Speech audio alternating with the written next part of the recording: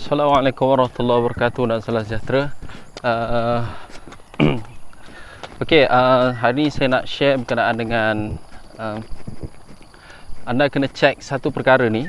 Jika anda rasa jika ada permohonan-permohonan doa anda yang belum lagi dimakbulkan oleh Allah Subhanahu Wa Taala. Alright, jika anda rasa video ni untuk anda, jadi anda boleh stay. Seperti biasa, saya perkenalkan nama saya dulu. Saya Atiqullah Muhammad.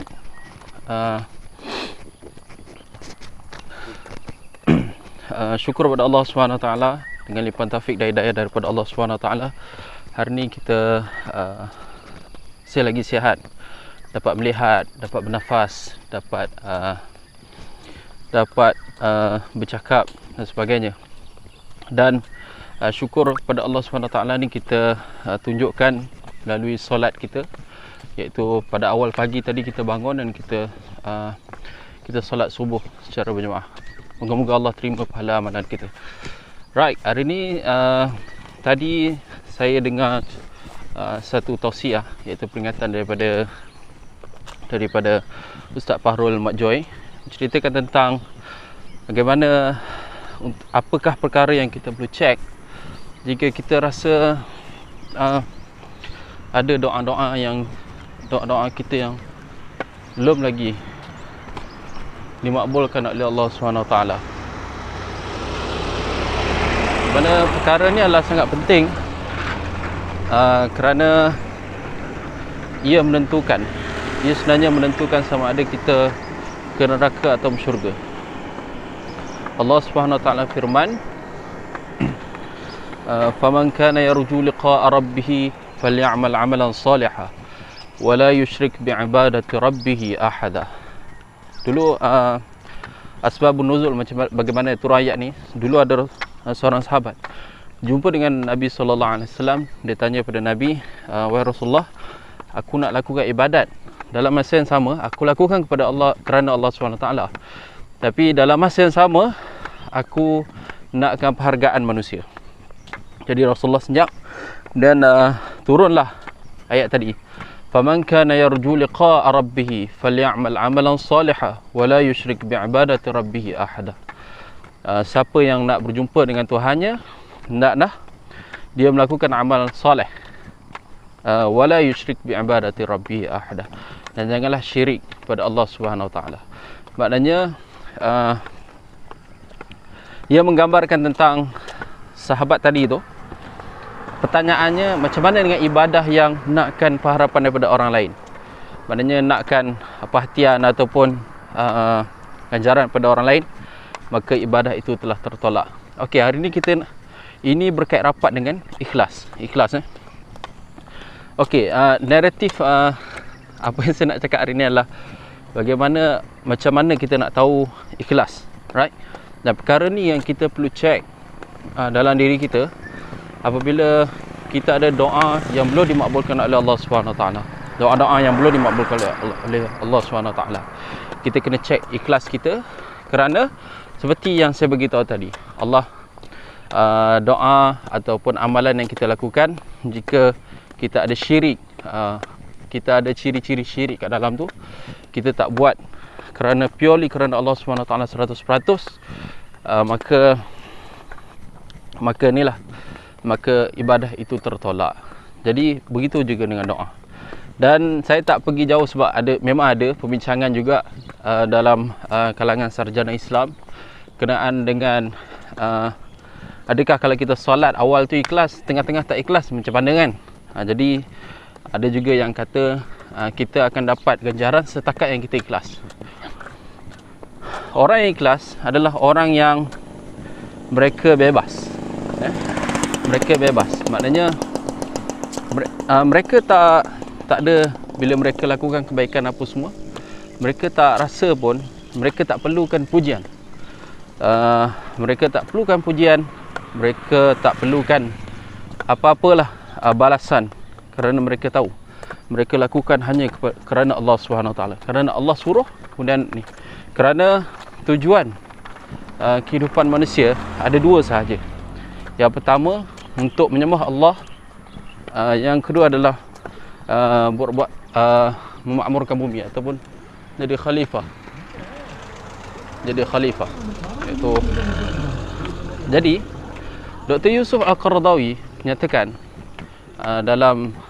menyatakan bahawa masalah manusia adalah bukannya ujian dan sebagainya, tapi masalah manusia adalah daripada dulu sampai sekarang adalah banyak Tuhan.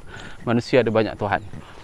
Bila ada seorang yang cerdik pandai ditanya, apa yang dia ditanya, apakah rahsia kejayaan? Dia kata dia tak tahu rahsia kejayaan, tapi dia tahu rahsia kegagalan.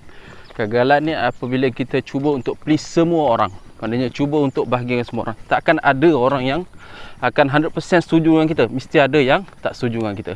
Itu juga dengan keikhlasan. Bila kita lakukan kerana orang, ataupun kita, contoh kita lakukan sesuatu, kita give service, tapi sebab kita nakkan balasan. Maknanya kita bersedekah, tapi kita bersedekah depan orang. Kita nak bagi orang nampak kebaikan kita. Jadi kita kurang ikhlas di situ. Kita sedekah, kita macam-macam lah. Kita solat, kita nak bagi orang nampak apa yang kita solat, apa sahaja kebaikan kita buat, kita nak bagi orang nampak. Jadi di situ keikhlasan kita diuji. Jadi apabila doa kita tak makbul, ataupun kita tak dapat lagi bantuan daripada Allah SWT, kita kena cek keikhlasan kita. Kita cek. Orang ikhlas adalah orang yang bebas. Kita ambil contoh, ada seorang bos, ataupun kita ni seorang pekerja. Kita seorang pekerja. Kita punya niat satu je. Kita nak dapatkan redha Allah SWT melalui pekerjaan kita.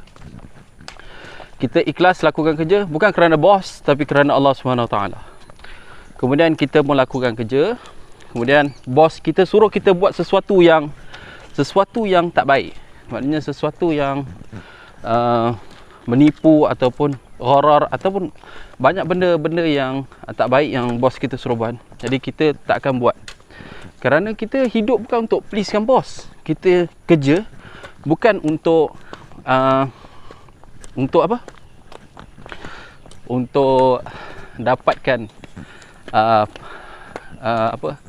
dapatkan pujian daripada bos, tapi kita hidup untuk Allah SWT. Jadi bila kita ikhlas lakukan sesuatu hanya kerana Allah SWT, maka kita akan, direction kita akan ke sana saja. Kita tak akan ada banyak Tuhan. Maknanya kita tak akan mensyirikkan Allah. Maknanya kita tak akan please orang lain melainkan Allah SWT.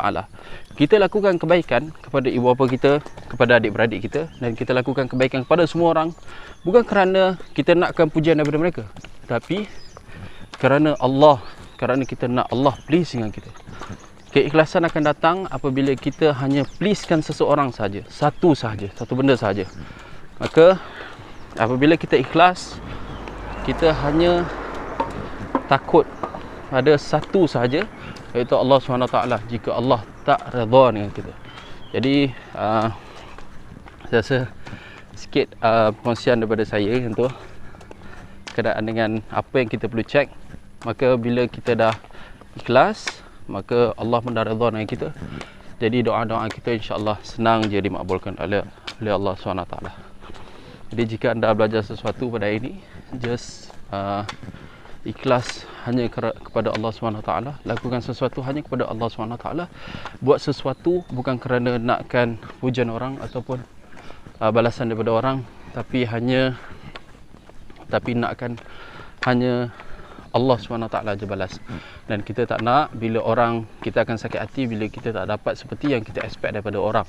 Jadi bila kita buat kepada Allah, hanya kerana Allah SWT, kita yakin dan kita percaya bahawa ganjaran kita dah ada di hari akhirat nanti.